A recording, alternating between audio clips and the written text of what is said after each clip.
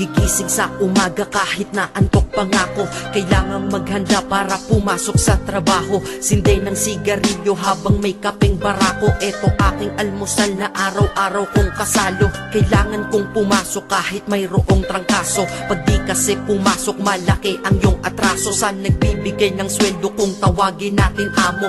Kailangan doble kayod para amo ay maamo. Sa sobra mong trabaho parang ang sama-sama mo. Sa iyong anak na di mo na laging maasikaso. Kailangan yung buksan ang isipan na sarado. Sa buhay minsan talo at hindi laging panalo. Wala kang aasahan, walang mamamalato.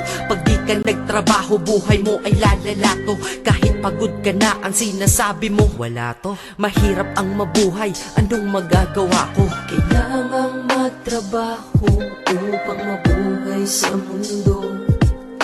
Kung di ka magsisikap, paano aayos ang gulo sa buhay mo? Pamilya mo, tagumpay masisilayan mo.